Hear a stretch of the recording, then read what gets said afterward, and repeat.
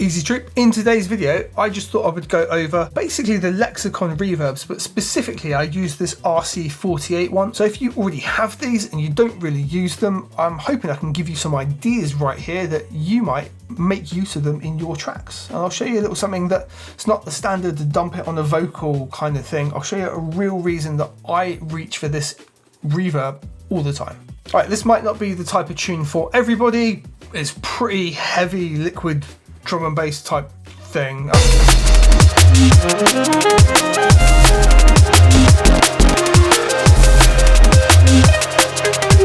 kind of tune or not, it's a wall of sound and it's relatively well mixed considering it's still a whip. The reason we use this, the very first thing, right? Let's grab this snappy snare, tiny little but it layers in with the rest of the breaks.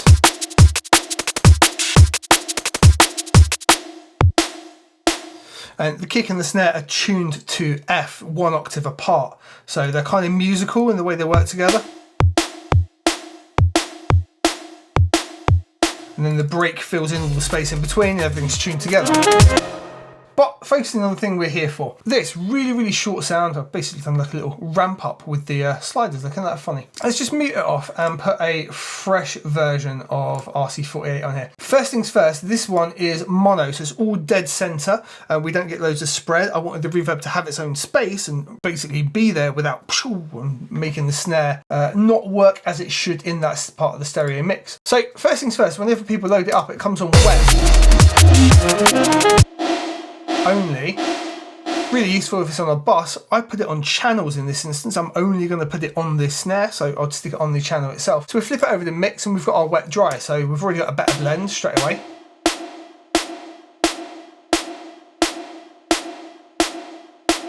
D&B is really fast music. A pre-delay could be fine. We're at 174, so like a 20 millisecond pre-delay will be kind of rhythmic and work all right. But we've got very little space, and if we want a bit reverb sound, we can give ourselves that 20 milliseconds and have it be instant. Now the other thing I really like this reverb for is I can actually kind of use it as an EQ and add a bunch of high end, which seems odd, but let me show you what I mean. The first thing is we've got this rev damp over here, right? That's basically like dipping this down on the high end, kind of like doing a high shelf on an EQ, like tailing it away. If we actually ramp this right up, it goes full range of 32 kilohertz for all the cats and dogs out there that can hear that. But it's relevant and it represents it up here in a nice little spectrum display. We can see that high end being re-represented, right, in 20 kilohertz. The reason it goes all the way up, it generates all that sample information all the way up so we can hear it nicely all the way back down, which is a lovely touch. So if we do that, already our snare is way more brighter than it was. So it was all the way back here. Yeah, we're giving all that psh, psh, psh. I love adding that in to the snare and things like breaks to make them really have loads of air and vibrance and like really be lifted up, right?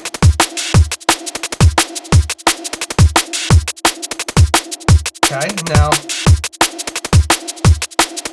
it's a nice touch, right? We're using reverb kind of like an EQ, a little bit of a adjustment there. Now the other thing is the high cut. We can take this even further and we can give it loads of energy back, and you look at the way it smears in the visual feedback. You can get an idea. It's giving us more top end the more we do this, as you would expect. It's a high cut, right? So again, I'm lifting that high end up without pumping it or adding anything to it. We're adding a bunch of new frequencies with the delay.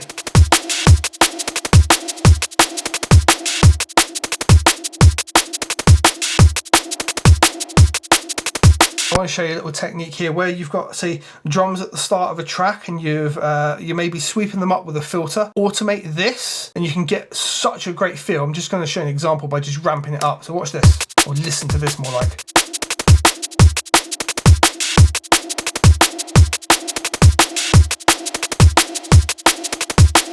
Tasty little trick there for you. Okay, the other thing now is the mids and the crossovers. So the mids is going to be our high end in this case, the way we're going to use it. The more we give that, the longer it goes. So it's time. This would now be 32 seconds. Obviously way too much. And then the crossover lows. I'm going to make the lows really quick.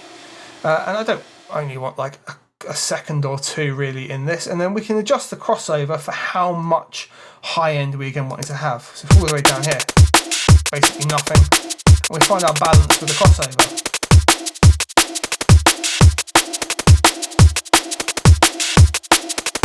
Like that. We can pump up the distance if we want. Dial it into exactly where we want it. Taking it away.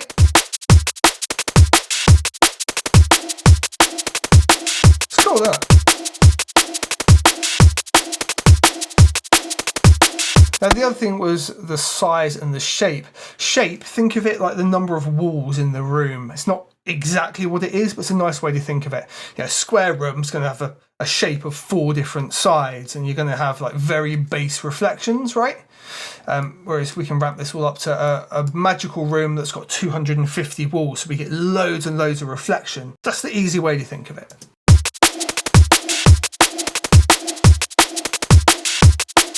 I quite like something relatively low down here for this kind of instance, and I want to bring the room size in a bit as well.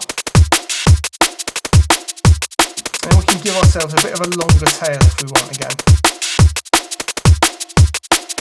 Really shape it out like that. Let's take it away again.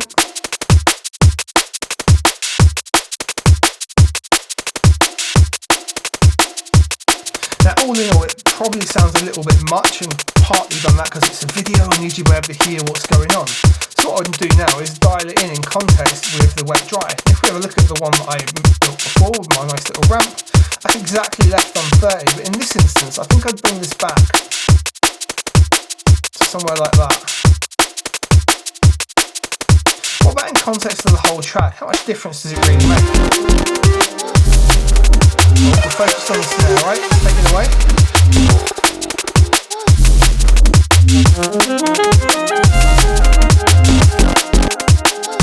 Gives us that little high of that air,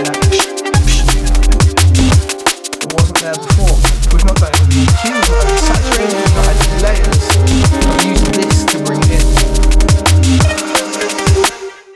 And people think it's limiting because you've only got these 6 sliders, but once you realise the rev damp, the crossover, spread, diffusion, everything all link into those, the amount of different things you can do with it is actually pretty incredible. Today's video is sponsored by DistroKid. They let me get my music out to all of the major distributors, and they do that at a price an independent artist can easily afford. If you're ready to get your music or beats out there and want to release an unlimited amount of music each year, check the link in the description below for a discount off of your first year of unlimited distribution with DistroKid. And we've not even gone to the fact that you can adjust your pre-echoes, do it over the left and right, and this is a mono one.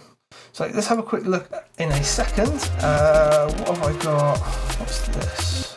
So here I've used it on this pad which runs across the first part of the track, fades out, and we bring it back in later. It's like a musical element that keeps coming back round. It's like this street recording pad type thing, right? It's just helping everything layer over and over and over. And again, completely different settings dialed into this particular sound. Let's have a look at our pre-echoes and the fact that we can actually move each individual pre-echo to exactly where we want it in this kind of design. And by doing this kind of ridiculous stagger here, we're going to get the sound layering over itself and over itself, almost like polyrhythm wise. And we can bring it to a ridiculous extent as well. So now let's adjust the level of these early ones.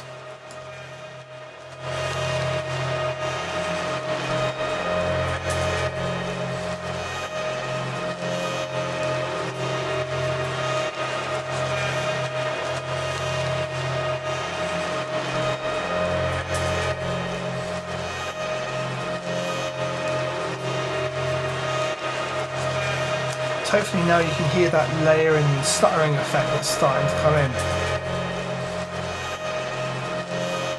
Let's tighten them all up again.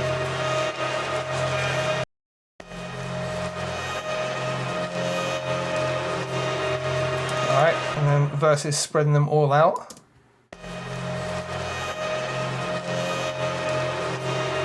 Really, really nice way to build out pads and give it a kind of ambient effect, which is what you want with this sort of sound, right, which sits in with everything else, like so. I want it to fill out that space and the ether. There's a compressor controlling it for when the drums want to pump through.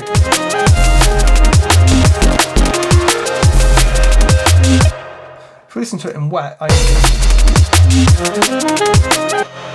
now just the wet signal that's coming through. Now if we highlight them all again, hopefully you can really get a perception of that. You must hear the delay, like it's a long distance, like a long platform, a long empty room.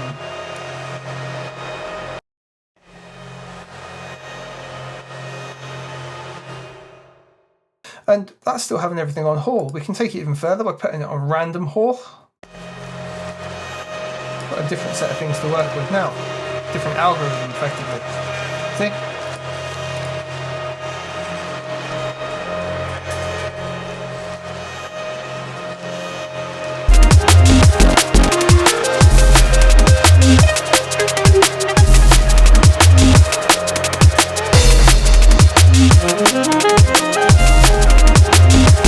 Is why I use the RC48 Reverb all of the time.